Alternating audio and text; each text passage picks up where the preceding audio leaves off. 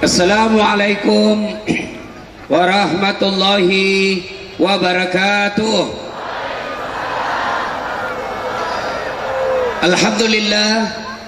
Alhamdulillahi rabbil alamin, wa bihi nasta'inu ala umurid dunya waddin.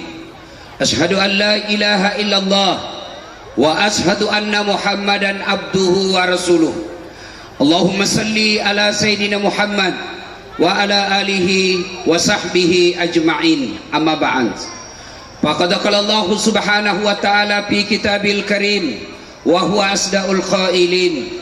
A'udzu billahi minas syaitonir rajim. Bismillahirrahmanirrahim.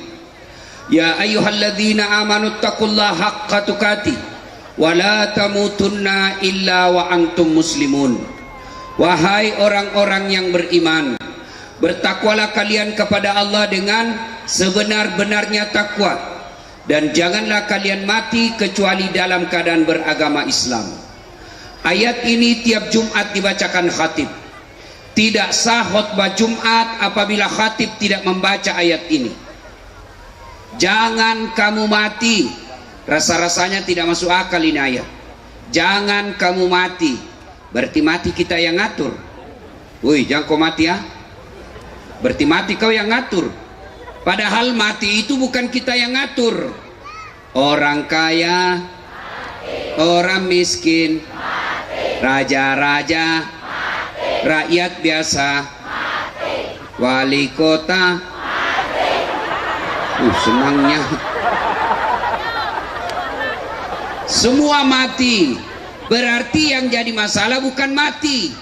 Yang jadi masalah illa wa antum muslimun, kecuali dalam keadaan beragama Islam. Berarti ada orang Islam ngakunya Islam tapi matinya kafir. Siapa mereka? Contoh aja nih, contoh jangan marah bos, jangan marah. Sabung ayam. Wih, ada juga di sini. Dongo.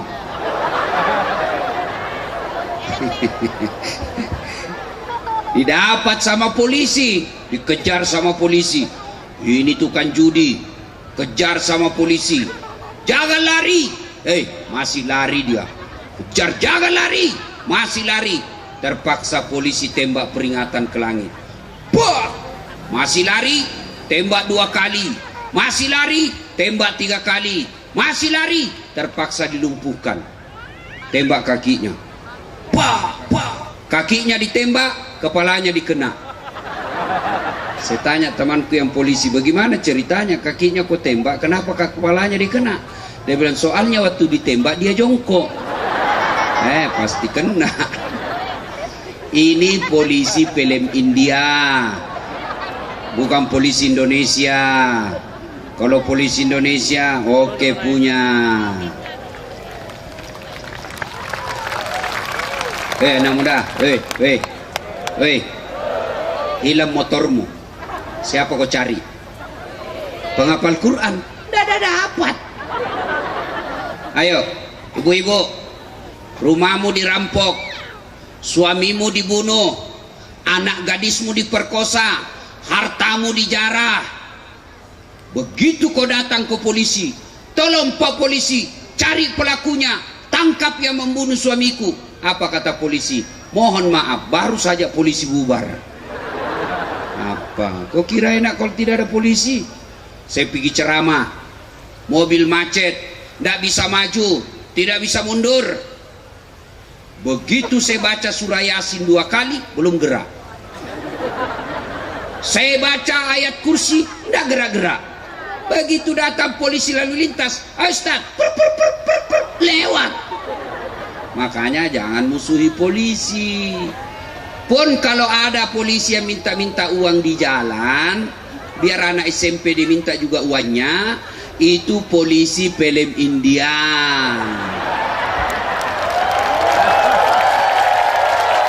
Mr. PJ. Oh, itu film India kan 3 jam. Ya toh, nanti mau habis baru dia datang.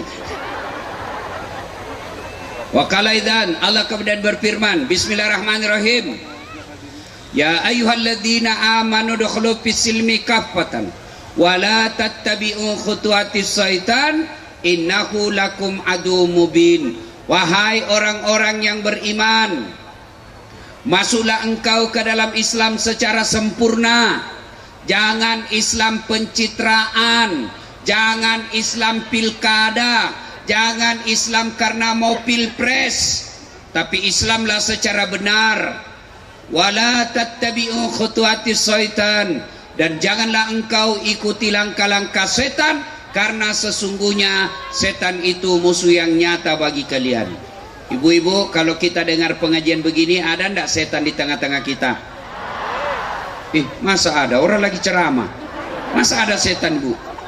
Ada. Setannya bukan pocong, tapi apa setan yang ada di tengah-tengah kita? Bentuknya handphone. Orang sudah ceramah masih menggesek. Setan itu HP-mu. Orang sudah ceramah masih juga sibuk. Umurnya sudah mau 60, siaran langsung juga dia di Facebook.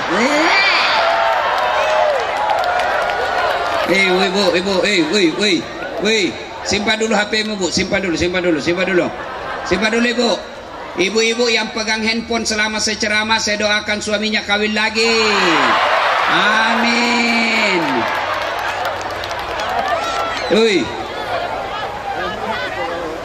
Mana enak kita lagi ceramah kok lihat terus HP, pasti tidak konsentrasi. Iya toh? Iya. Di Makassar, Ibu, ada ibu-ibu ngefans betul sama saya, tapi usianya sudah 55. Saya lagi ceramah beginilah gayanya, tiba-tiba dia membelakangi saya. Barusannya ada orang saya ceramah di belakangi saya, ternyata diambil HP-nya, membelakang selfie. Baru dia tulis di WhatsApp, latar belakang Ustadz Dasat Latif. Saya dijadikan background. Saya kukira saya pot bunga. Selesai ceramah dia ngefans betul sama saya. Dia kejar saya. Ustadz, tunggu dulu Ustadz. Boleh selfie? Sini selfie. Tapi rame-rame supaya tidak ada fitnah. Selfie Ustadz. Oke. Sudah dia foto. Ulangi Ustadz. Jelek jadinya. Ulang lagi. Jelek Ustadz. Ulangi lagi. Dalam hatiku, biar kau ulang 10 kali, mukamu yang jelek.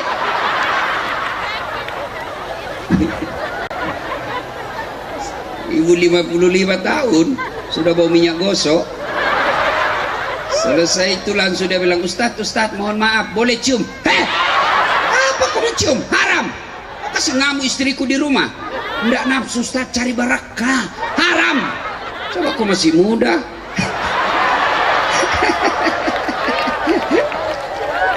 Simpan dulu HP ya, simpan dulu. Ayo, adik-adik, enggak usah ada siaran langsung. Ya, bahaya kalau kita siaran langsung, Pak. Ini ceramah untuk orang Islam. Tapi kalau kalian siaran langsung, terbuka untuk umum, biar non muslim bisa dengar. Tersinggung dia, saya yang susah. Padahal dia yang salah, kenapa kau dengar dongo? Ini untuk orang Islam. Simpan dulu ya, simpan dulu ya. Jangan ada siaran langsung, kasihani saya. Wa qala idzan, Allah kemudian berfirman, Bismillahirrahmanirrahim. Innallaha wa malaikatahu yusalluna 'alan nabi. Ya ayyuhalladzina amanu sallu alaihi wa sallimu taslima. Sesungguhnya Allah dan para malaikatnya bersalawat kepada Rasulullah Muhammad sallallahu alaihi wasallam, maka wahai orang-orang yang beriman, bersalawatlah kalian kepada Rasulullah dengan sebaik-baik salawat. Satu kali, Bu, Nabi lagi duduk-duduk bersama malaikat Jibril. Tiba-tiba Nabi melihat ada malaikat 1 juta jari-jarinya. Ibu-ibu, berapa jari-jarimu, Bu? 10. Cacat dong. 20, kan ada kakimu. Ini malaikat 1 juta jari-jarinya deh. Nabi kagum dan bertanya kepada Jibril, wahai Jibril, malaikat apa itu? Banyak betul jari-jarinya. Jibril menjawab, itu malaikat yang Allah tugaskan mencatat air ketika hujan. Ada yang bisa catat air hujan?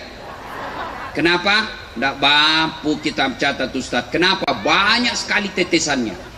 Lalu Nabi bertanya kepada malaikat ini, wahai malaikat, apa kau mampu mencatat air ketika hujan? Ya, ku catat yang jatuh di gunung, ku catat yang jatuh di laut, ku catat yang jatuh di darat, semua aku catat. Ya Muhammad, satu yang tidak bisa aku catat. Kenapa? Jumlahnya lebih banyak daripada air ketika hujan. Apa itu? Ketika umatmu berkumpul di lapangan depan Masjid Lubuk Linggau, lalu mereka bersalawat bareng-bareng, di tempat itu dia bersalawat kepadamu, maka aku tidak bisa mencatat betapa banyak pahala yang turun di tempat itu. Makanya kalau kumpul begini, salawat bareng-bareng, banyak pahalanya. Ibu tidak bisa memperbanyak amal dengan tahajud, adik-adik tidak bisa memperbanyak amal dengan umroh, bapak-bapak tidak bisa memperbanyak amal dengan Senin Kamis. Maka ketika kumpul kalian berjamaah, bersalawatlah karena di situ banyak pahalanya. Maka saya mau dengar mana lebih kencang suaranya ibu-ibu dengan bapak-bapak. Bisa? Nah, kita tanding. Ibu-ibu dulu, bapak-bapak diam. Yuk, ibu-ibu jangan mau kalah sama bapak-bapaknya, ibu. Ya, yuk, selawat bareng-bareng. Ikut sama saya. Salatullah salam Allah. Ayo anak putri. Salatullah ala Yasin. Alhamdulillah. Ini bukan kencang, ini bukan keras, inilah yang disebut syahdu. Suara begini yang kasih nafsu laki-laki. Makanya cewek, kalau kau ditelepon laki-laki, jangan kau mendayu-dayu. Assalamualaikum dek. Waalaikumsalam kak. Bagaimana cowok mundak nafsu, baru dengar suaramu kau sudah menggoda kayak lemas. Lagi di mana dek? Di rumah aja kak. Lagi ngapain? Baring-baring. Bagaimana cowok mundak nafsu, bayangkan kau. Coba kalau kau ditelepon yang tegas. Assalamualaikum dek. Waalaikumsalam. Lagi di mana dek? Di rumah. Lagi kenapa tanya-tanya? Enggak diteleponnya lagi kau. Ini waalaikumsalam. Caleda. Ada juga Bugis di sini. Di mana-mana ini ketemu seorang Bugis. Saya ke Riau banyak orang Bugis. Tadi saya di Jambai banyak juga orang Bugis. Saya ke Sabah Sarawak Malaysia banyak juga orang Bugis. Begitu sampai saya di sini banyak juga orang Bugis. Saya masuk penjara banyak juga orang Bugis. Biasa. Nah ibu-ibu diam, ibu diam. Kita dengar ini bapak-bapak ya. Yang merasa jenis kelamin laki-laki, kok keraskan suaramu. Ayo adik, ayo. Bareng-bareng yuk. Salatullah salamullah ala toha. Salatullah salamullah ala Yasin. Alhamdulillah, diam ya. Coba yang di panggung. Jangan sampai cuma gaya-gaya di sana. Ayo semua dibawa dua. Kita dengar ini yang di panggung. Besar tak suaranya? Yuk pak, yuk. Sholat. Lobet. Itu mau poligami, pret.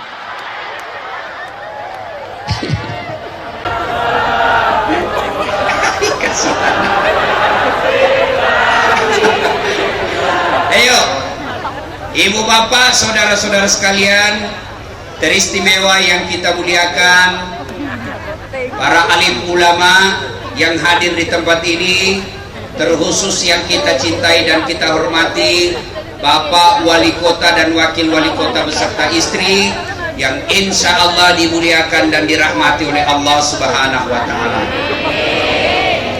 Kurang lebih 1400 tahun yang lalu lahirlah seorang manusia pilihan yang tidak pernah melihat wajah bapaknya.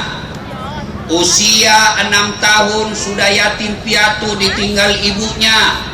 Usia 6 tahun sudah ditinggal ibunya menjadi yatim piatu. Lahir dalam keadaan sudah yatim, besar yatim piatu, dipelihara kakeknya, wafat lagi kakeknya, diusir dari kampung halamannya, dihina, dimaki, diperangi. Tapi alhamdulillah, dalam keadaan tekanan yang seperti itu, berhasil menjadi pemimpin meskipun tidak pernah pasang baleho, tidak pernah bikin tim sukses, tapi berhasil menjadi pemimpin yang kepemimpinannya bukan hanya diakui oleh umatnya, tapi juga diakui oleh mereka yang tidak menjadi umatnya. Salah satu bukti pengakuan mereka yang tidak menjadi umatnya ketika ditulis sebuah buku yang berjudul 100 Tokoh Dunia. Yang menulis buku ini bukan orang Islam, yang menulis buku ini bukan umatnya, tapi siapa yang ditempatkan menjadi ranking pertama di antara 100 tokoh pilihan itu tak lain adalah manusia pilihan yang malam ini kita peringati maulid hari kelahirannya. Siapa gerangan manusia pilihan itu? Tak lain adalah baginda junjungan kita Nabi Allah Muhammad sallallahu alaihi wasallam. Ada yang tahu tanggal berapa lahirnya Nabi? Saya kasih hadiah kalau ada yang tahu. Ayo angkat tangan, angkat tangan, angkat tangan. Angkat tangan, ayo, itu anak-anak, ayo sini kau, saya kasih kau hadiah, ayo cepat sini, jangan malu anak santri, ayo, sekalian buktikan bahwa anak santri memang hebat, hari anak santri, ayo, sini deh, sini, sini, oke, tapi sebelum kau jawab ada passwordnya, ya, siapa namanya neneknya wali kota, ayo jawab, Alimuddin. Lain kali anak santri, kalau kau ditanya jawab saja, soal benar atau tidak urusan belakangan, jangan langsung bilang tidak tahu. Itu bukan generasi handal. Jawab saja, sembarang kau tahu kau jawab, belum tentu juga ini orang tahu. Ya, tanggal berapa lahirnya Nabi? Tanggal 12 Rabiul Awal. Tahun? Tahun gajah. Kenapa disebut tahun gajah? Waktu itu ada peperangan gajah. Oh, peperangan. Ya, sedikitlah kau ada apa hadiah, uang merah. Oke. Beda itu rasanya bos, uang Kapolres dengan uang Ostas. Ayo. Tanggal 12 Rabiul Awal, tahun gajah. Kenapa disebut tahun gajah? Ini jadi masalah. Saya ini keliling-keliling maulid, dari Sabang sampai Merauke, bahkan sampai ke luar negeri, bahkan sampai ke Eropa. Itu tema-temanya sama. Dengan hikmah maulid kita meneladani Nabi dalam kehidupan sehari-hari, ya toh? Dengan hikmah maulid kita mencontoh Nabi dalam kehidupan sehari-hari. Masalahnya kemudian adalah bagaimana kau mau contoh Nabi kalau sejarahnya Nabi kau tidak tahu? Bagaimana kita mau mengikuti cara hidup Nabi kalau sejarah Nabi kau tidak pernah tahu? Ibu-ibu, berapa istrinya Nabi? Ayo, oke lah. Berapa anaknya Nabi?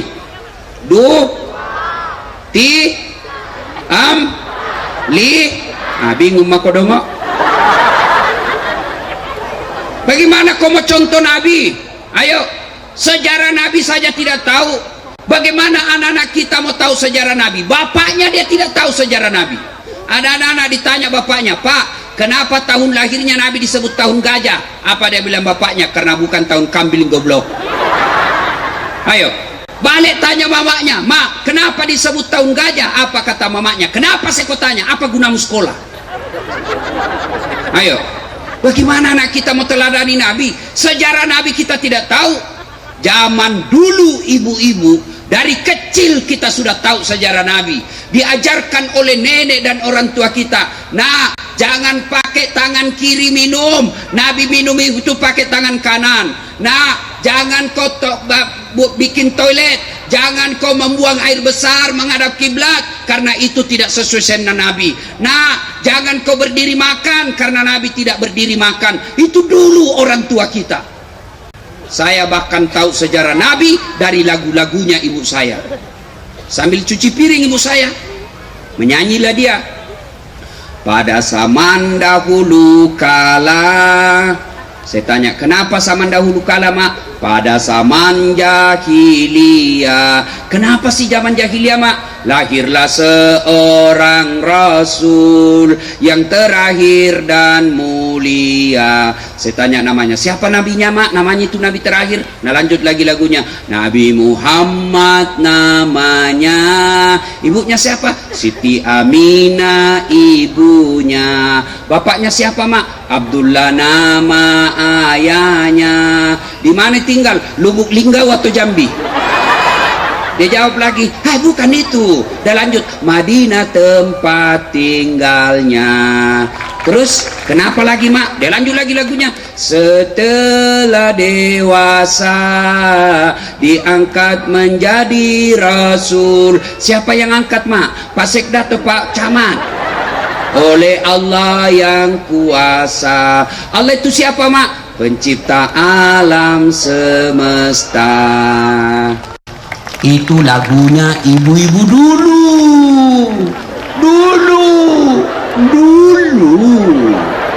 Sekarang lagunya ibu-ibu apa? Yo ayo dongo. Beleng-beleng. Tahu beleng-beleng? Dongo, tahu dongo? Nah, kau lah itu. Apa lagunya seperti itu? Dulu ibu-ibu kan lagunya bagus-bagus. Masuk Isra Mi'raj lagunya 27 Rajab Nabi Muhammad diisrakan dari Masjidil Haram ke Masjidil Aqsa. Itu dulu. Sekarang lagunya anak muda, pulang-pulangku berbadan dua. Beleng-beleng. Ya, nah, mari kita dengar sisi kehidupan Nabi. Saya tidak bisa cerita panjang lebar. Kenapa? Di samping karena keterbatasan ilmu, juga karena waktu yang sangat ringkas. Tidak secara lengkap. Ayo. Nabi lahir disebut tahun gajah. Kenapa disebut tahun gajah? Ada raja yang sombong. Namanya Abraha. Dia cemburu sama kota Mekah. Kenapa? Orang-orang Arab setiap tahun datang ke Mekah. Semua orang Arab di Jazirah Arab, Timur Tengah, datang semua ke Mekah. Ini Abraha, dia bilang, kenapa bukan kotaku didatangi? Kenapa mesti ke Mekah? Sebarkan intel. Oh, dapat jawabannya. Ternyata orang ke sana karena ada bangunan mulia yang disembah orang-orang Arab. Apa? Namanya Ka'bah. Akhirnya Abraha bikin duplikat, bikin Ka'bah palsu di kampungnya. Tapi anehnya tidak ada orang ke kampungnya, orang tetap ke Mekah. Marah Abraha, jalan satu-satunya hancurkan Ka'bah. Bikin pasukan khusus, berkendaraan gajah, naik mereka mau menghancurkan Ka'bah. Mereka punya mau, Allah punya kuasa. Begitu dekat dengan kota Makkah, Allah turunkan bantuannya, Allah turunkan pasukannya berupa burung ababil yang membawa batu-batu dari neraka. Dia hamparkan semua batu-batu ini, hancur berantakan kendaraan gajah itu beserta Raja Abraha pada tahun kelahirannya Nabi. Tahun itulah maka disebut tahun gajah. Jadi jangan kau lagi bilang karena bukan tahun kambing. Sudah. Lama-lama kita ringkas cerita. Usia 25 tahun Nabi menjadi pegawainya Siti Khadijah, janda Mekah yang paling kaya waktu itu. Khadijah memperkerjakan Muhammad belum jadi Nabi. Maka dia lihat pekerjaannya, bagus juga ini pegawaiku satu, jujur, bagus kerjanya, disiplin, cakep pula. Selalu dipuji. Di depannya sekretarisnya namanya Nafisa. Nafisa berkata, ini bunda kayaknya jatuh cinta sama Muhammad. Akhirnya apa? Nafisa menjadi tim sukses. Bukan tim sukses pilkada ya. Kalau tim sukses pilkada dia yang sukses. Ada tim sukses di sini. Biasanya tim sukses itu kontraktor. Ada kontraktor di sini. Pernah dengar ceritanya kontraktor di akhirat? Pernah? Belum tahu ibu?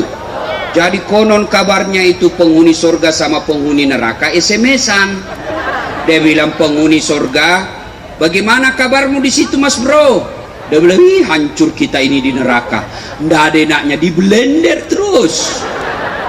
Lalu dia bilang dari neraka, kamu bagaimana kabar beritamu di surga? Alhamdulillah nyaman betul di sini surga. 1 laki-laki 7 bidadari pendampingnya. Bayangkan pak, 7 bidadari. Dan itu bidadari tidak pernah kentut, perawan terus. Gak sama istri kita di rumah, 7 kali kentut 1 hari. Jadi bapak-bapak yang tidak punya istri dan tidak berani poligami, siapkan 7 bidadari. Karena saya selesai ceramah di Makassar begini, tiba-tiba ada ibu-ibu datang, Ustadz, betulkah itu 1 laki-laki 7 bidadari di surga? Iya, yang penting suamimu masuk surga. Jadi suamiku juga begitu nanti? Iya, 7 bidadari. Dia langsung, ya Ustadz, bolehkah saya berdoa? Ibu mau berdoa apa? Ya Allah, janganlah kau berikan bidadari suamiku, cukuplah saya bidadarinya dunia sampai di akhirat. Saya bilang, hei sini kau ibu, kau sudah siksa suamimu di dunia, kamu lanjut lagi di akhirat. Lalu penghuni surga ini berkata, nyaman betul di sini. Penghuni neraka berkata lagi, bolehkah kami jalan-jalan ke situ melihat keadaanmu? Boleh aja, sini aja. Tapi bagaimana caranya? Kata penghuni neraka, gampang mas bro. Karena penghuni neraka kreatif, pandai mencari solusi. Gampang. Gimana caranya?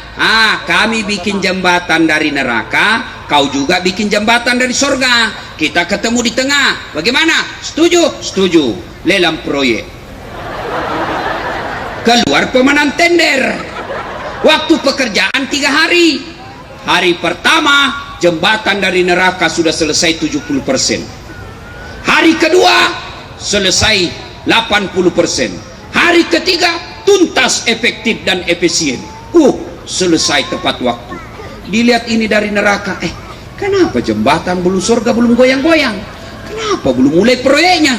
Teriaklah ini dari neraka, mas bro penghuni surga, kenapa kau belum mulai proyekmu? Kami ini sudah sampai di tengah. Apa kata dari surga? Bagaimana mau dimulai bos? Kontraktor, pemborong, panitia, ada semua di situ.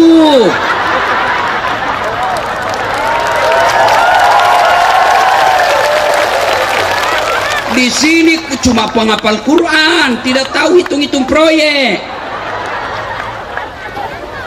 Ketawa anggota DPR. Pernah juga dengar ceritanya anggota DPR di akhirat? Pernah? Jadi masuklah surga penghafal Quran. Begitu masuk dalam surga dilihat, kenapa banyak anggota DPR ini di surga? Nah di negara aku banyak koruptor. Dia pergi protes sama malaikat penjaga surga. Malaikat, kenapa itu banyak anggota DPR? Negara aku banyak korupsi. Kata penjaga surga, nggak usah kau ribut, dia cuma reses, sebentar lagi dia balik ke tempatnya. Tapi bukan anggota DPR-nya Lubuk Linggau. Atau ada anggota DPR yang lain dibilang lain dilaksanakan? Ada? Anggota DPR biasa kan kalau mau dipilih banyak sekali janji-janjinya. Pilih saya, ini nomor telepon saya. Kau pilih, ada masalahmu, telepon saya 24 jam. Begitu sudah terpilih dia ganti nomor HP-nya. Ada begitu di sini? Betul. Kau salah sendiri, kenapa kau pilih? Makanya jangan kau pilih yang pembohong. Gara-gara kau dikasih 300.000, terpilih dia tidak datangi lagi kau.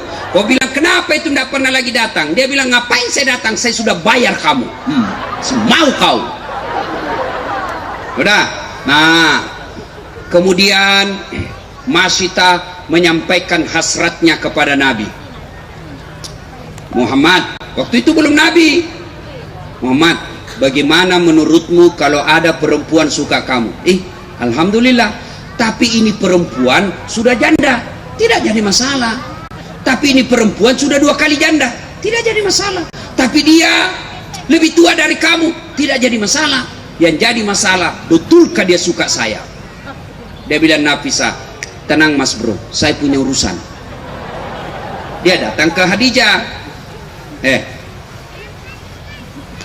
Khadijah, bagaimana menurutmu kalau ada laki-laki yang suka kamu? Alhamdulillah, rezeki tak terduga. Tapi dia masih muda dari kamu, tidak jadi masalah. 15 tahun lebih muda, tidak jadi masalah. Tapi dia anggap anak buahmu, tidak jadi masalah. Yang jadi masalah, betulkah dia suka saya? Dia bilang, Khadijah, tidak ada masalah. Nafisa bilang, tenang, saya yang punya urusan. Inilah yang disebut tim sukses tidak memanfaatkan situasi. Kan ada tim sukses disuruh bikin baleho 10, cuma 5 dibikin. Ini Nafisa tidak. Akhirnya nikah. Setelah nikah, lahir anaknya Nabi. Siapa yang tahu namanya Nabi yang pertama anaknya? Saya kasih hadiah. Siapa? Ayo. Sini kau, sini. Sini. Hebat ini anak lu linggau. Mas kecil-kecil sudah tahu. Siapa namanya anak pertamanya Nabi? Fatimah. Fatimah. Berarti ibumu salah ajar kau ya.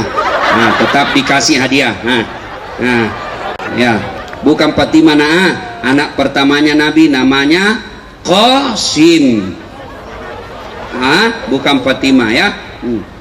Ya. Nah, ibu bapak, saudara-saudara sekalian, 7 anak Nabi. 7 anak Nabi. Ya. Anak pertamanya namanya Qasim.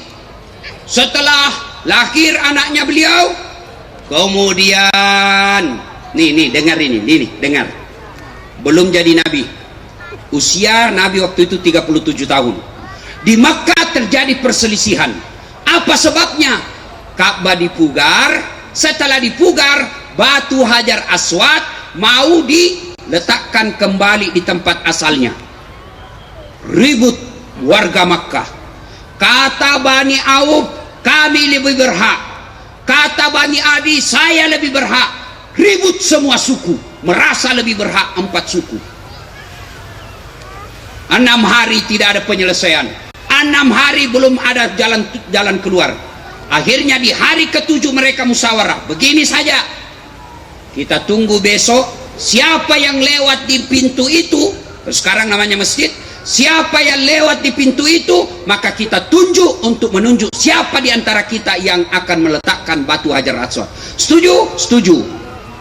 Maka tunggu besok. Ternyata yang lewat pertama di pintu itu dialah Muhammad, yang pada waktu itu diberi gelar orang Makkah Al-Amin, yang terpercaya karena tidak pernah bohong. Lalu dia bilang, Abu Lahab, cocok ini nih, kaulah Muhammad, bagaimana ini? Kami sudah berhari-hari bermusyawarah, tidak dapat jalan keluar. Siapa yang kau tunjuk untuk meletakkan batu Hajar Aswad ini? Nabi lalu mengambil serbannya. Beliau letakkan serbannya. Adik-adik tahu serban? Berapa sujudnya serban? Berapa? 4. Berapa suku yang bertengkar? 4. Maka Nabi letakkan serbannya, diletakkan, lalu Nabi memanggil semua 4 kepala suku, silahkan kau pegang sudutnya masing-masing. Setuju? Setuju. Lalu Nabi dia bilang, daripada kau bertengkar, saya ambil ini batu, letakkan di serban, mari kita angkat bareng-bareng. Setuju? Setuju. Sudah, daripada kalian bertengkar semua, sudah itu pegang tanganmu masing-masing, kita letakkan di kembali tempatnya. Selesai masalah tanpa masalah. Ada lagi tahu pegadaian? Ini ibu-ibu dasar suka kredit. Coba, artinya apa? Usia Nabi belum jadi Rasul, beliau sudah menunjukkan kecerdasannya dengan cara apa? Meletakkan batu, menyelesaikan masalah warga tanpa ada yang dirugikan. Win-win solution. Berarti Nabi cerdas. Nah, hikmah pertama dedek, ini ada dedek santri, kalau kalian mau sukses, maka utlubul ilma, tuntut ilmu pengetahuan. Ulang tahun Lubuk Linggau yang ke-18 ini, maka wali kota besok panggil kepala dinas pendidikannya. Wahai kepala dinas pendidikan, besok kau keliling sekolah-sekolah yang ada di wilayah kita, cari anak-anak SMA kelas 3 yang punya nilai baik, yang punya akhlak bagus, sekolahkan, ditanggung oleh pemerintah kota sampai di mana dia mau sekolah. Itu kalau mau maju, utamakan pendidikan. Adik-adik, Iqra ayat pertama turun. Bukan perintah puasa, bukan perintah haji, bukan perintah sholat, tapi ayat pertama, Iqra, baca. Berarti kalau kabupaten kota ini mau maju, maka utamakan pendidikannya buat anak-anak kita.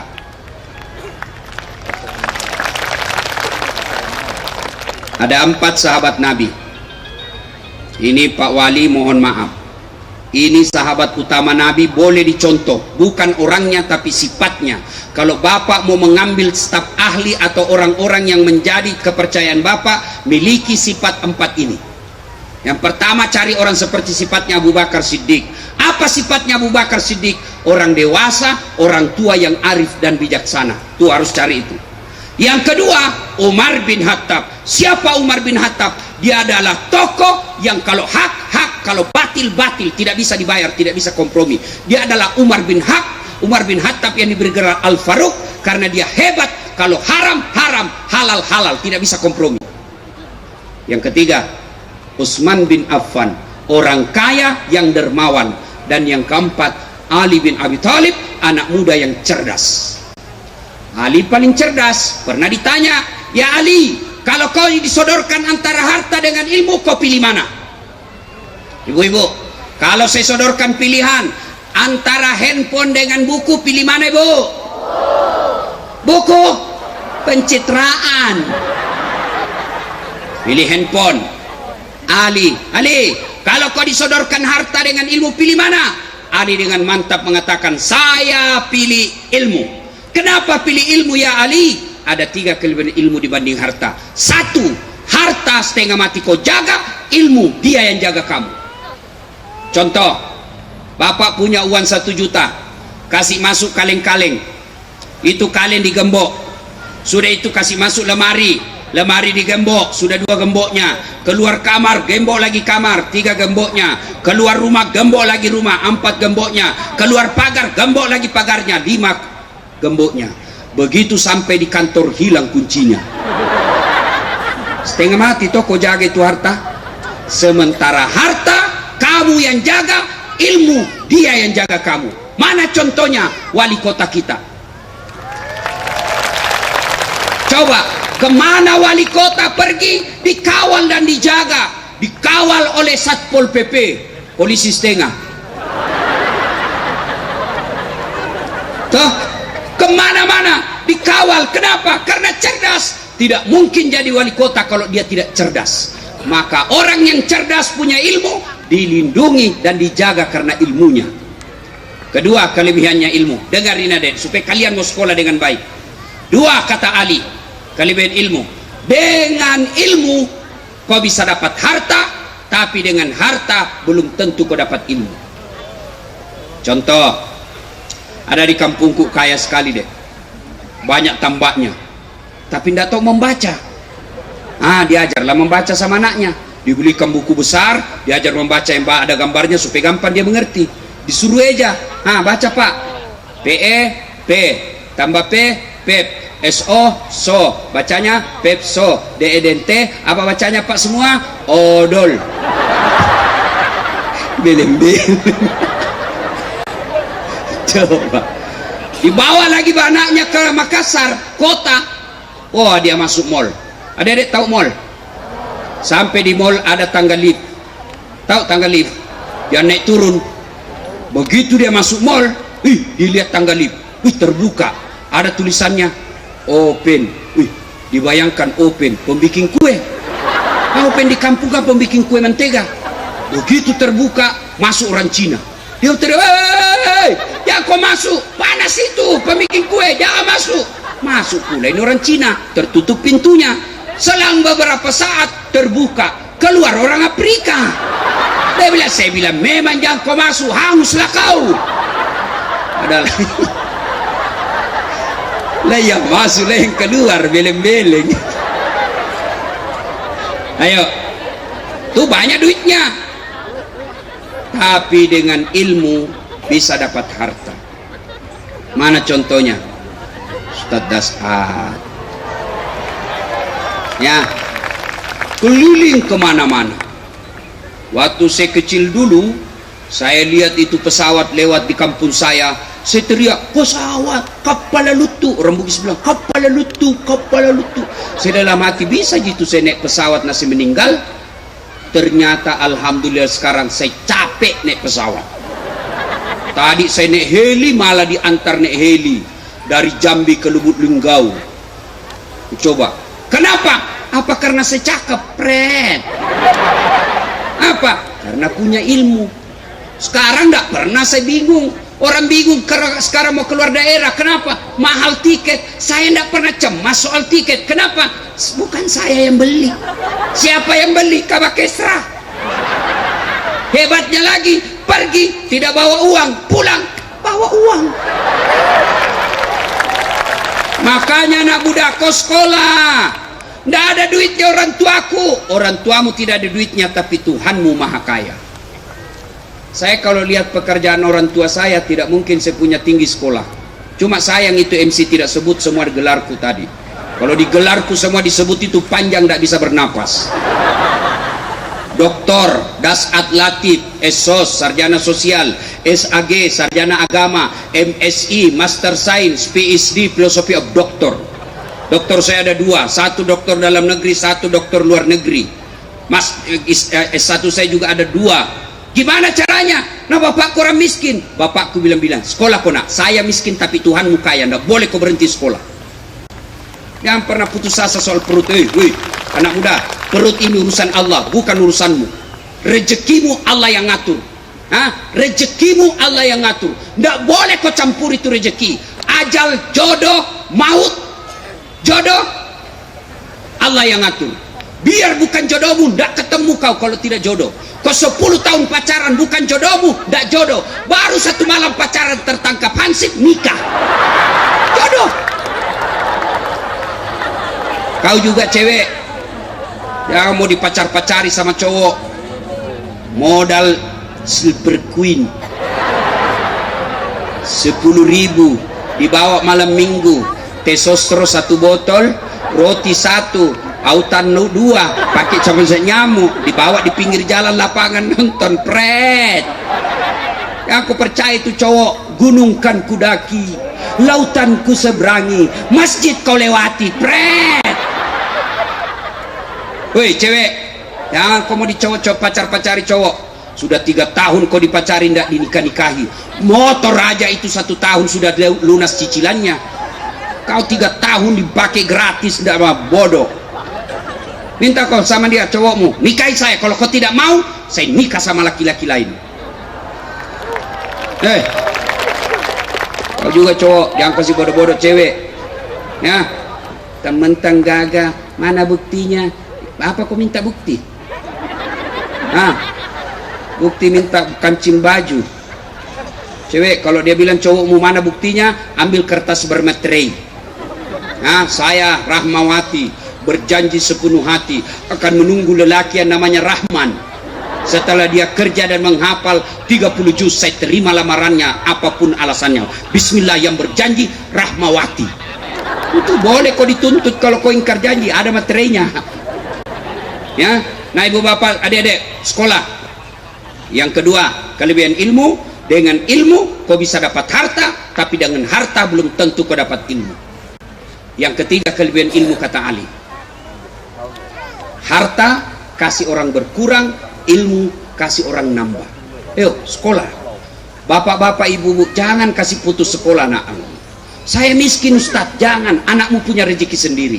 Bapak cari nafkah. Saya mestinya bapak ngomong, nak, saya dulu cita-cita jadi akabri, nak, saya cita-cita jadi dokter, tapi putus sekolah karena nenekmu tidak bisa. Sekarang kau yang harus lanjutkan cita-citaku. Kau sekolah sampai kapanpun, saya siap biayai kau.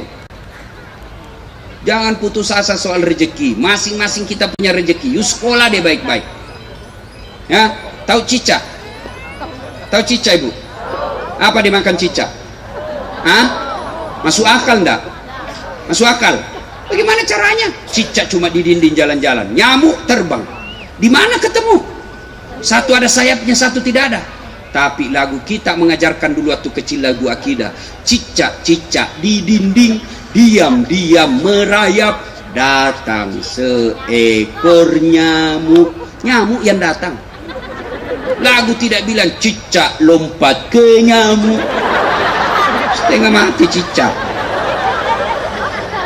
Salatullah ala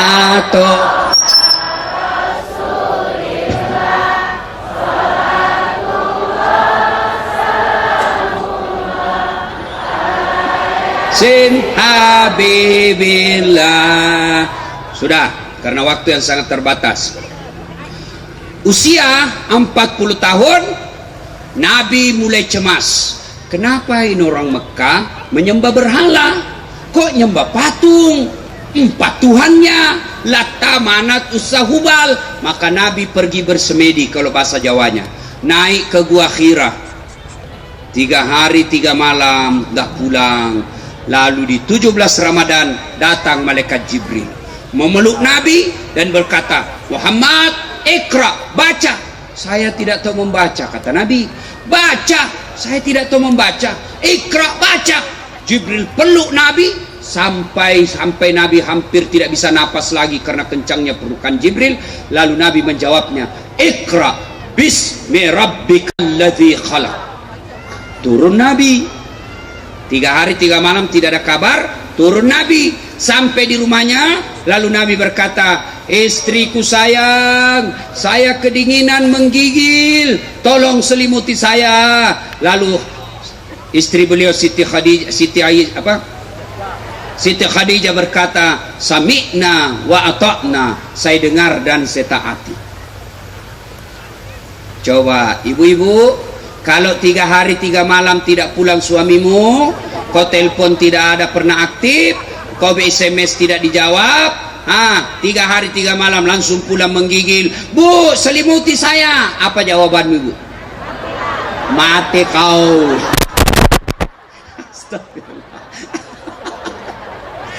Paling tidak diselimuti, diinterogasi. Dari mana kau? Dari mana kau? Hikmah maulid yang kedua, jadilah istri yang tidak pernah sangka buruk sama suami. Kenapa rumah tangga banyak pecah dan bercerai? Karena sangka buruk istri kepada suami, suami sangka buruk kepada istri. Ayo Bu, Bu, sangka baik sama suami, perasaanmu tenang. Telepon tidak dijawab, oh suamiku lagi buang air besar. Telepon tidak dijawab, oh suamiku lagi sholat duha. Telepon tidak dijawab, suamiku lagi sholat berjamaah. Tenang perasaanmu. Tiba-tiba masuk WhatsApp, wih, saya lihat suamimu bonceng cewek, cantik betul. Oh, berarti suamiku lagi nge-grab. Tenang perasaanmu. Pegawai, kalian mau tenang hidup, sangka baik. Tadinya kepala dinas, tiba-tiba tidak ada lagi jabatan, dijadikan staf ahli, ahli yang tidak ada stafnya. Sangka baik, jangan sangka buruk, itulah yang terbaik. Tadinya camat, tiba-tiba tidak ada jabatan, yakin itulah yang terbaik. Saya tamat SMA, daftar tentara, tes fisik tidak lulus. Kenapa? Ceper. Maka saya protes kepada Allah, ya Allah, kenapa kau lahirkan saya dalam keadaan pendek? Kau tidak jadi rugi kalau saya jadi Tuhan. Kau tidak rugi kalau saya jadi tentara. Temanku lulus jadi polisi, sekarang dia reserse di Sulawesi Barat. Satu bunga-bunga pangkatnya, pakai baret merah, reserse. Saya lulus jadi ustadz, pakai baret putih. Tapi alhamdulillah dengan baret putih yang saya pakai, mulai baret hitam sampai baret merah, ku caramai kau semua. Sangka baik, sangka baik, ya, jangan ada sangka buruk. Kalian mau tenang, sangka baik. Ibu-ibu, bagaimana kau mau tenang kalau kau selalu sangka buruk sama suamimu? Suamimu kau jadikan tahanan kota. Pulang langsung periksa HP. Bagaimana suamimu tidak cepat mati? Kena serangan jantung. Langsung datang ke periksa HP, sempat dihapus sama SMS nakal. Mati tidak apa-apa, mati ya. Terpaksa kau dibohongi. Siapa telepon ini? Terpaksa dibohongi. Kenapa kau selalu curiga? Saya ada kawan saya waktu SD, sampai sekarang masih selalu nelpon saya. Saya mau blokir di kampung saya mau blokir. Nanti dibilang sombong, mau diterima teleponnya. Perasaannya istri tersinggung. Terpaksa aku tulis namanya di situ di HP ku, penjual batu bata. Bunyi telepon, kata mamanya, Ustaz, penjual batu bata. Tuan ku angkat, tagihan itu. Selamatlah saya. Itu ketika saya bikin teh, bulan saya ceramah saya bikin teh, saya ambil itu toples ada tulisannya gula. Begitu saya tes, kenapa asin sekali? Ternyata isinya garam. Dia tulis gula. Saya dikasih tahu istriku, kenapa kau tulis gula? Nah ini garam. Dia bilang HP-mu juga, lain kau tulis lain isinya.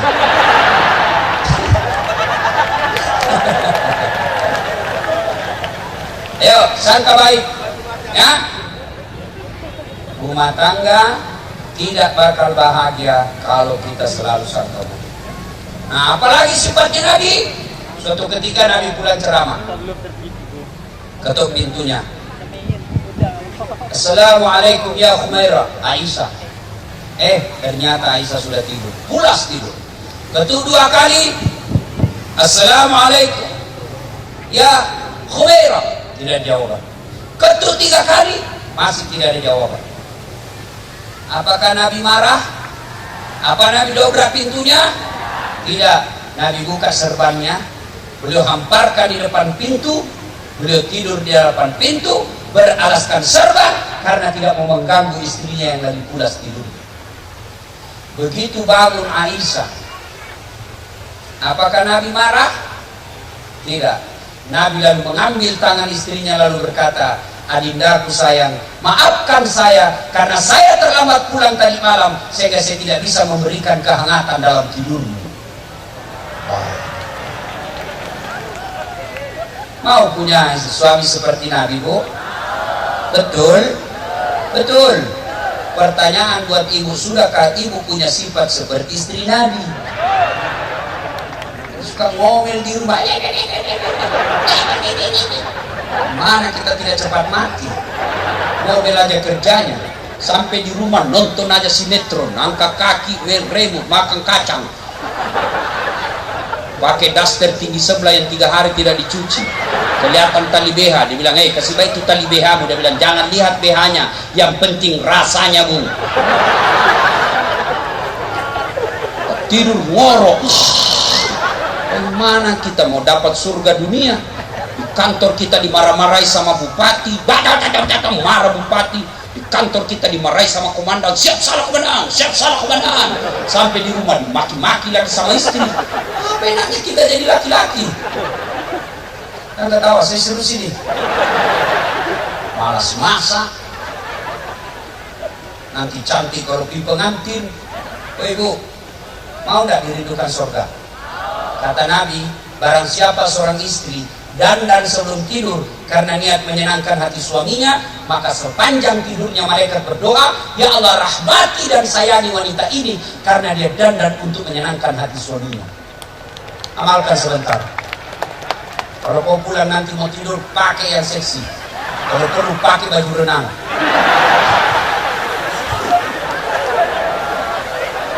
Ya, Bu, serius. Bapak juga mau punya istri seperti Khadijah, tapi sifatnya tukang tipu. Alasan rapat, ternyata merapat. Kasar sama istri, ngomongnya kasar, kadang-kala marah ditempelin istrinya. Bagaimana? Ini ada kisah nyata. Saya pergi ceramah Kalimantan Selatan. Tiba-tiba ada bapak-bapak yang tadinya pengusaha sukses bangkrut. Dia datang ke depan saya, dia pegang paha saya sambil nangis. Ustaz, doakan saya. Kenapa, Pak? Saya bangkrut, Ustaz. Saya mau pulang kampung ke Sulawesi, saya malu pulang bawa utang. Saya mau tinggal dikejar-kejar sama yang punya uang. Saya mau dipotong, Ustaz. Tolong doakan saya. Saya bilang, baik. Sebelum saya doakan, saya mau tanya. Jujur kau, bagaimana penghormatanmu kepada istri selama ini? Apa jawabannya? Oh itu dia Ustaz, saya lebih sayang istrinya tetangga daripada istri saya. Sudah itu jawabannya. Ya, Bapak 30 tahun dari Jawa, dari Sulawesi, datang merantau ke sini, tidak bisa sukses, rumah aja susah dibeli. Salah satu sebabnya karena kau hianati istrimu. Dia tinggalkan kampungnya, dia tinggalkan Jawa, dia tinggalkan Sulawesi, datang ikuti merantau suaminya. Dia tinggalkan ibunya, dia tinggalkan bapaknya, dia tinggalkan saudara-saudaranya, datang karena taat sama suaminya. Setelah sampai di sini ditelantarkan oleh suaminya. Bagaimana hidupmu mau bahagia? Kalau kalian mau bahagia, muliakan istri. Ya. Jangan kasar sama istri. Ini HP saya, Pak. Hampir tiap hari orang curhat. Adalah tadi malam curhat sama saya. Suamiku kasar betul Ustaz. Kalau dia marah sampai memaki, sembarang dia ngomong sama saya, sampai dia tempelin saya Ustaz. Tapi saya sabar. Tapi yang paling menyakitkan kalau ibuku dihina sama bapakku. Kadang dia marah, dia bilang kau memang goblok sama ibumu. Bagaimana orang tidak marah kalau kau bilang begitu? Maka suami yang baik memuliakan istri. Nabi 11 istrinya, tidak pernah satupun Nabi panggil nama istrinya. Khadijah tidak pernah dipanggil Khadijah, beliau panggil Ummul Mukminin. Aisyah tidak pernah dipanggil Aisyah, beliau panggil Ya Humaira, yang kemerah-merahan pipinya, karena memang Siti Aisyah merah delima pipinya. Besok kau amalkan itu. Panggil istrimu, wahai istriku yang termancung hidungnya di lorong 3. Tidak mancung hidungnya Ustaz, ya giginya kau lihat. Justru giginya yang mancung. Ya kau janganlah kau lihat giginya, lehernya. Mana yang bagus alisnya kau, wahai istriku yang lembut halisnya. Jangan terlalu jujur. Mentang-mentang istrimu hitam kau panggil, hitam. Wah hitam. Dot dot dot hitam. Dia bilang istrimu, apa hitam-hitam jadi juga anakmu. Dan kau ini kasihan ini perempuan. Coba lihat bagaimana susahnya ini kasihan perempuan. Masih ingat waktu hamil ibu? Ibu, ada ndak ibu hamil tengkurap? Coba bayangkan Pak, 9 bulan itu ibu-ibu hamil, tidurnya sesak napas ke kanan, ke kiri, poso, satu aja gayanya, gaya pasrah. Mana ada ibu-ibu tengkurap? 9 bulan Pak. Bapak 1 minggu saja tidak tengkurap, pusing. Yang ketawa anak muda, ini urusan orang tua. Ibu, masih ingat waktu melahirkan? Ada ibu-ibu melahirkan senyum. Mentang-mentang istri wali kota, keluar nak ya. Tidak. Coba lihat itu istrimu ketika melahirkan. Sekali-kali lihat. Waktu melahirkan istri saya bilang kalau ada suami kurang ajar, suruh lihat itu istrinya melahirkan. Berapa banyak ibu melahirkan wafat gara-gara apa? Menyelamatkan anaknya. Kalian barangkali stres tapi masih sempat merokok. Yang ketawa. Coba lihat itu. Belum lagi kalau menyusui. Coba lihat itu ibu kalau menyusui. Masih ingat waktu menyusui ibu? Masih. Ketika tumbuh giginya anakmu. Membayangkan diri sendiri.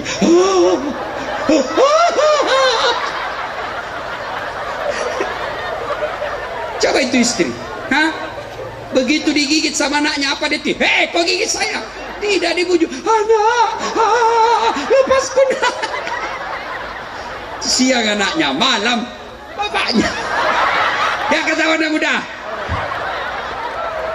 Ya bu. Ya. Makanya muliakan istri. Karena waktu yang terbatas. Kalau cinta sama Nabi, amalkan sunnah-sunnahnya. Sunnah apa? Pertama, tidak perlu biaya, tidak kerja keras. Apa itu Ustaz? Sholat berjamaah. Maka tadi saya dengar sepanjang jalan dari bandara ada programnya wali kota yang sangat saya kagumi. Apa namanya? Apa itu? Jamase. Apa itu? Apa? Marasi. Kayak itu. Kan saya bukan orang sini, bos. Apa itu? Makmurkan masjid, rakyat sejahtera. Coba itu. Tapi biar wali kota punya program cantik dan hebat seperti ini, kalau kalian tidak ke masjid, tidak ada gunanya. Tapi alhamdulillah masjid di sini ramai, Pak. Apalagi kalau subuh penuh sampai di luar, tidak ada di dalam. Dan di dalam orang tua yang sudah pensiun, yang sudah muka-muka sakaratil maut. Akhirnya apa? Lomba batu di masjid. Itu subuh, tidak ada anak muda. Bagaimana orang mau ke masjid? Ini salah satu sebabnya. Kenapa orang malas ke masjid? Satu, karena dia tidak lihat pahalanya. Coba kalau wali kota umumkan, siapa yang datang berjamaah di masjid dikasih beras 50 kilo, pembeli pulsa 200.000. Saya yakin sholat subuh 4:30, jam 10 malam sudah penuh.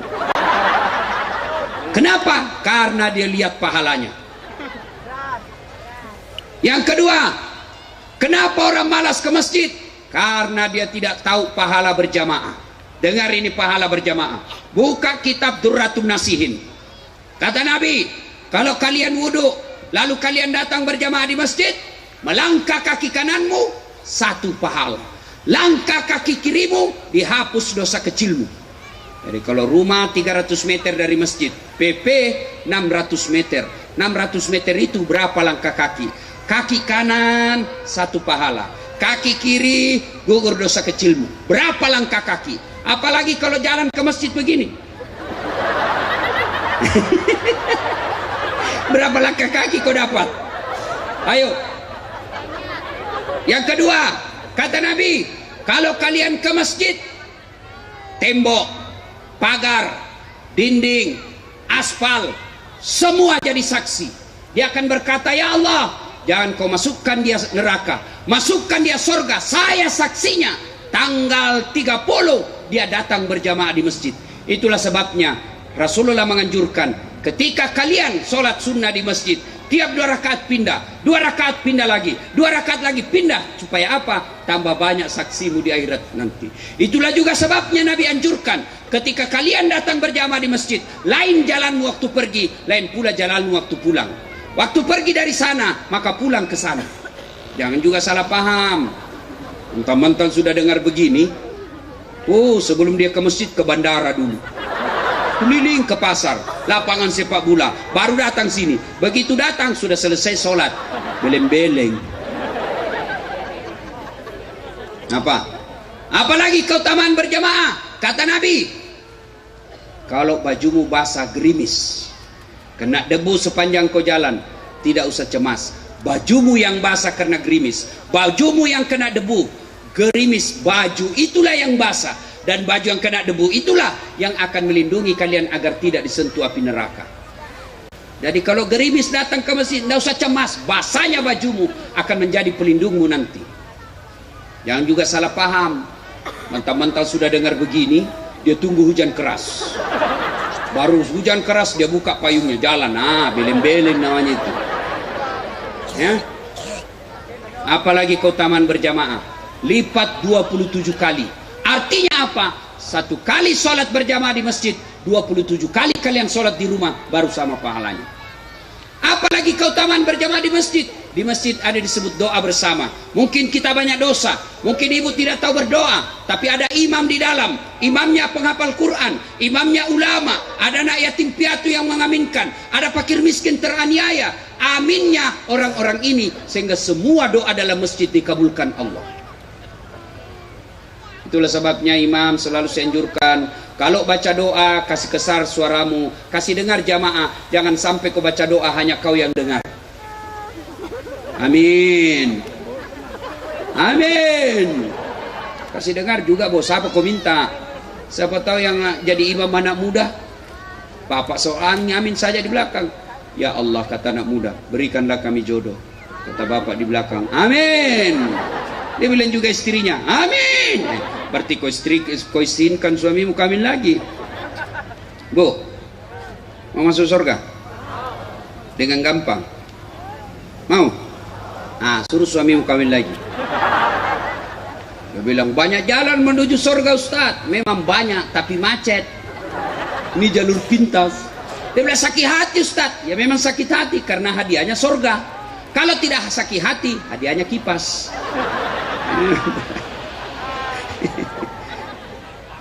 Apalagi keutamaan berjamaah. Di masjid ada silaturahmi.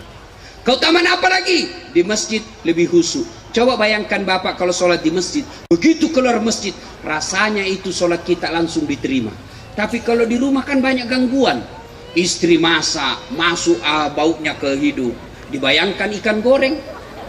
Anak bunyi kasih bunyi dandutnya, kita juga ikut menyanyi dalam hati. Maka datang ke masjid. Apalagi penyebab orang malas ke masjid? Yang ketiga, manajemen masjid tidak bagus. Ada masjid saya bangun Pak, kecil tapi nyaman. Karpetnya hampir tiap tahun saya ganti. Yang asan, saya bikin lomba asan. Pemenangnya saya gaji tiap bulan layaknya pegawai negeri, hanya untuk 5 kali asan satu hari. Imamnya penghafal Quran, saya bikinkan kamar, saya kasih motor dinas, gajinya lebih dari pegawai negeri biasa. Penceramanya belum ceramah, saya sudah kasih honornya. Kalau di khotbah minggu depan, minggu ini sudah sampai honornya dengan judul ceramahnya. Sound sistemnya baik, ber-AC, tempat duduknya bersih, hingga orang nyaman datang ke masjid. Ini bagaimana orang ke masjid? Karpetnya sudah 4 kali lebaran, tidak pernah diganti. Begitu kita sujud, teh cicak didapat. Apalagi yang asan orang tua sudah pensiun asma. Ayah.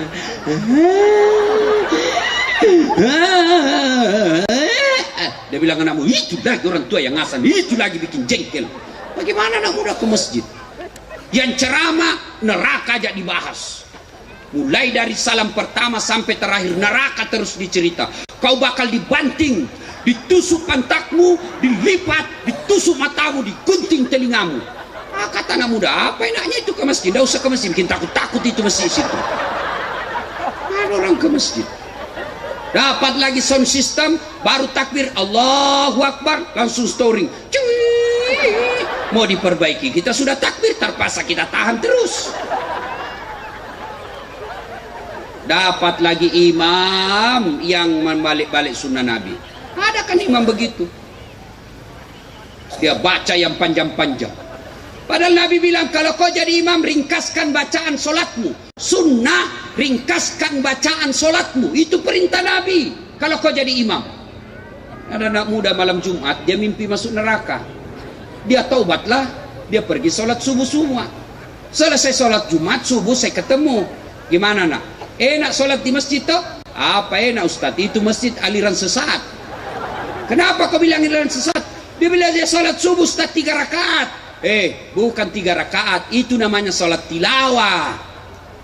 Makanya imam-imam, kalau kalian mau sujud tilawah, jelaskan dulu jamaah, jangan sampai dikira 3 rakaat. Kata Nabi, baca yang ringkas. Itulah sebabnya dianjurkan ketika balik sholat jami rahimakumullah, Nabi anjurkan untuk apa? Lihat pasukanmu. Ada orang tua, ibu-ibu yang mau sekali kentut. Ada anak muda, dia lupa kunci motornya di motor. Habis hilang sudah motorku. Lamanya lagi di Pak Imam. Coba.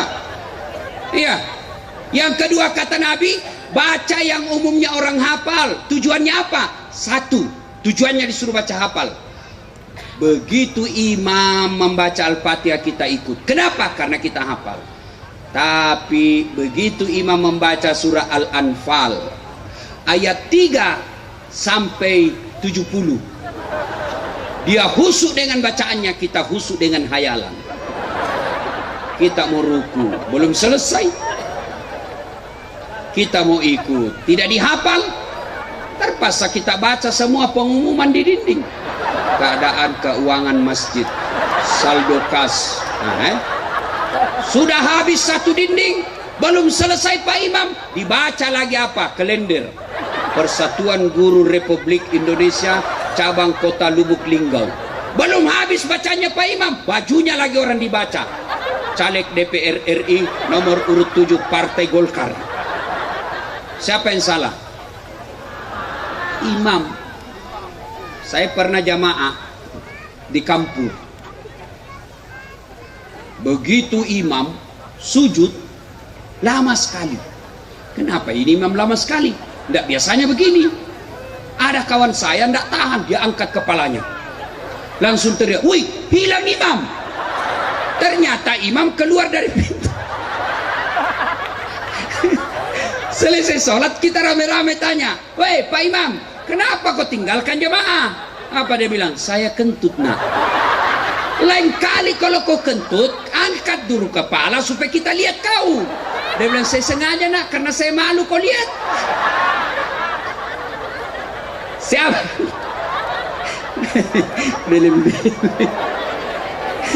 Siapa yang salah? Siapa salah? Imam. Makmum juga harus tahu aturan. Imam ada aturannya, makmum juga ada aturannya. Tolong kalau datang ke masjid, itu Nabi sunnahkan, pakai kau pakaian yang bagus. 2, sikat gigi terutama kalau subuh. Bayangkan kalau kau baru bangun, kau salam, orang balik ke kanan, kau balik ke kiri, selalu kau menguap sampai mati dan tidak lupa itu gigimu. Yang kedua kata Nabi, kalau kau jadi makmum, itu sunnah pakai parfum, itu sunnah. Dan kalau datang ke masjid, jangan kau paksakan paham dan keyakinanmu. Ada orang pas sholat jamaah mulai takbir, dia ganggu kita, kayak dia mau gigit kita punya telinga. Allah Akbar. Apa itu? Baca Al-Fatihah kayak ada di telinga kita. Santai kok cowok. Yang paling menjengkelkan lagi itu, kalau dia tidak kasih tahu kita itu jari-jari kaki, ada kan yang begitu. Dikasih pindah jari-jari, dia kasih pindah lagi. Kasih pindah, dia kasih pindah lagi. Saya jengkel. Selesai sholat, kenapa diinjak kaki itu? Kau ya salah, kenapa kau sentuh-sentuh kakiku? Supaya saf jamaah rapat, Ustaz. Sini, kalau kau mau saf jamaahmu rapat, bukan kakimu kasih jempol, tapi apa? Nih, bahumu. Kalau bahu rapat, pasti saf rapat. Tapi kalau jari-jari kaki rapat, belum tentu saf rapat.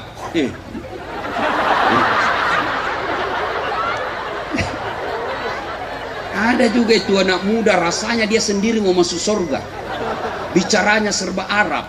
Afwan, jazakallah khair. Kaifa haluk ya akhi? Ya ukhti.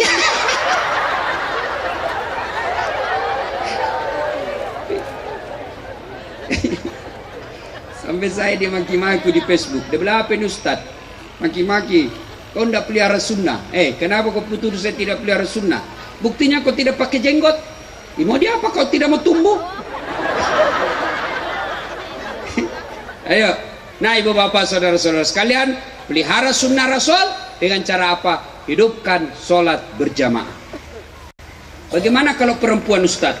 Wanita tidak dianjurkan ke masjid, tapi kalau mau ke masjid jangan dilarang. Kenapa? Karena dulu perempuan kalau keluar diculik dan diperkosa. Dulu. Sekarang aman. Apalagi kalau ibu-ibu yang sudah usia 60. Siapa yang menculik kau?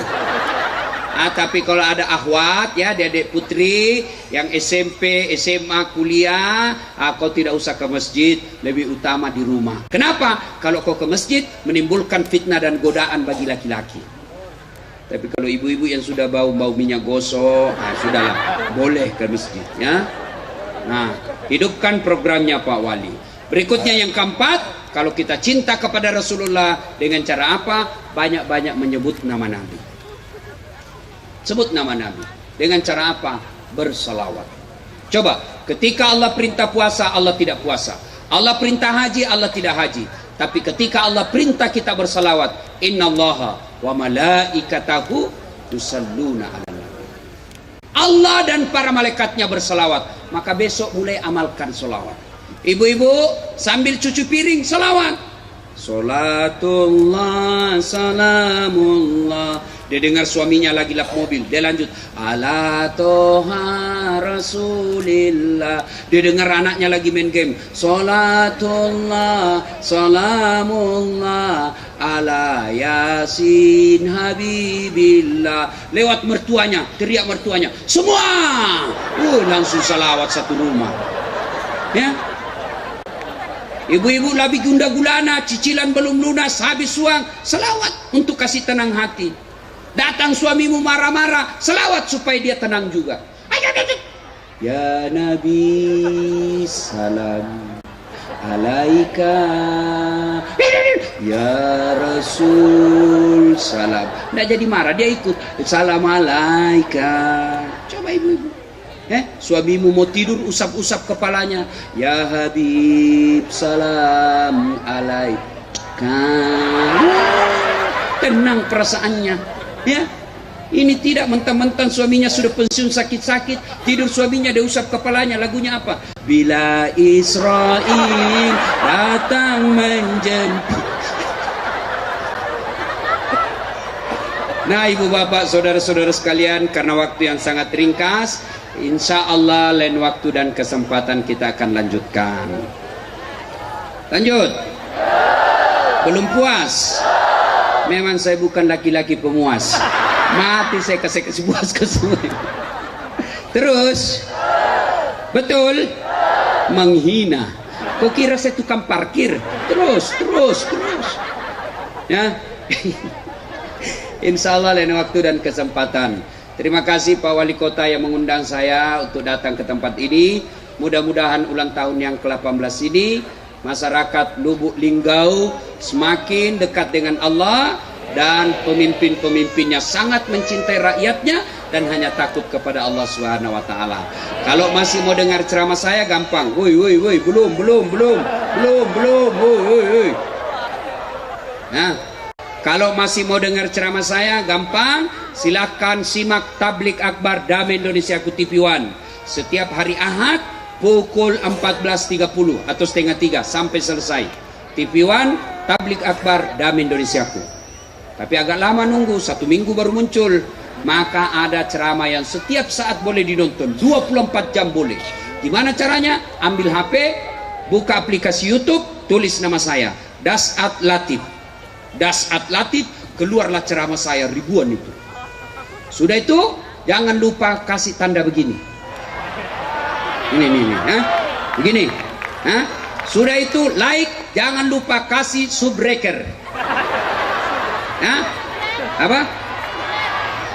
Subbreaker ya. Apa? Ya itu saya. Ya. Nah, itu cuma cepat habis kuota 1 jam. Cepat habis kuotanya. Bagaimana? Saya sediakan yang tidak menguras kuota. Namanya Cersi, ceramah singkat 1 menit saja, 1 menit ada ilmu didapat. Sudah ku tag Ustaz, sudah ku follow. Kenapa ceramahmu ndak mutar? Ku ulang-ulang ndak mutar. Hakul yakin masalahmu tidak ada kuota. Ku beli kuota dulu. Ya. Nah, ibu bapak, saudara-saudara sekalian, inilah tausiah kita. Mudah-mudahan ada manfaat. Saya baca doa, MC. Oke. Sebelum kita akhiri, mari kita berdoa. Mudah-mudahan acara kita ini, kita balik rumah, mampu kita amalkan dalam kehidupan sehari-hari. Kita awali dengan mengirimkan suratul Fatihah kepada Rasulullah Muhammad SAW. Khasiat dan keutamaannya kita ikhlaskan untuk orang tua kita masing-masing, baik yang sehat walafiat, terutamanya lagi kepada orang tua kita yang sudah arwah. Ila hadratin Nabi Mustafa Muhammad SAW. Al-Fatihah. Bismillahirrahmanirrahim. Alhamdulillahirabbil alamin. Iyyaka na'budu wa iyyaka nasta'in. Ihdinas mustaqim shiratal ladzina an'amta 'alaihim. Amin. A'udzu billahi minasyaitonir rajim. Bismillahirrahmanirrahim. Allahumma shalli ala sayidina Muhammad wa ala ali sayidina Muhammad. Allahumma ighfir lil mu'minina wal mu'minat wal muslimina wal muslimat al ahya'i minhum wal amwat innaka sami'un qaribun mujibud da'wat wa qadiyal hajat. Allahumma inna nas'aluka salamatan fid din, salamatan fid dunya wal akhirah, wa afiatan fil jasadi, wa siyadatan fil ilmi, wa barakatan fir rizq, wa taubatan qablal maut, wa rahmatan indal maut, wa maghfiratan ba'dal maut. Allahumma hawwin alaina fi sakaratil maut, Allahumma hawwin alaina fi sakaratil maut, wa najatan minan nar wal afwa indal hisab. Ya Allah ya Rabbi ya Karim, di kabupaten ini kami hidup ya Allah, di kabupaten ini kami mencari nafkah ya Allah. Jika rezeki kami masih di atas langit, turunkan. Jika masih dalam tanah, munculkan. Jika masih jauh, dekatkan. Jika masih sedikit, cukupkan. Dan yang lebih penting ya Allah, berkahkan. Ya Allah ya Rabbi ya Karim, berikanlah hidayah kepada pemimpin-pemimpin kami di kabupaten ini ya Allah. Tunjukkanlah kepada mereka yang hak adalah hak, dan berikanlah kemampuan kepada mereka untuk melaksanakan yang hak itu. Dan tunjukkanlah kepada mereka yang batil adalah batil, dan berikanlah kepada mereka kesanggupan untuk memerangi kebatilan itu. Ya Allah ya Rabbi ya Karim, Zat yang Maha membalas, balaslah segala kebaikan orang-orang yang telah mewakafkan waktu, harta dan ilmunya untuk acara ini. Angkat harkat dan martabatnya, wujudkan cita-citanya, bahagiakan keluarganya, dan jika kelak menghadap kepadamu, hadapkan dalam iman dan Islam. Rabbana la tuzigh qulubana ba'da idh hadaitana wa hab lana min ladunka rahmah innaka antal wahhab. Rabbana innana sami'na munadiyan yunadi lil iman an aminu bi rahmatika ya arhamar rahimin. Rabbana atina fid dunya hasanah wa fil akhirati hasanah wa qina adzabannar. Subhana rabbika rabbil izzati amma yasifun wa salamun alal mursalin walhamdulillahi rabbil alamin. Bapak Ibu Terima kasih. yang kami hormati, hadirin berbahagia, kita berikan apresiasi terbaik, tepuk tangan paling meriah untuk Ustadz Das Abdul Latif dari Makassar. Mohon Ustadz tetap di tempatnya. Kita foto terlebih dahulu sebelum meninggalkan tempat. Kita undang Bapak Wali Kota Lubuk Linggau beserta para pejabat, Bapak dan tim Kapolres Lubuk Linggau dan Ibu. Kita persilakan, mohon berkenan.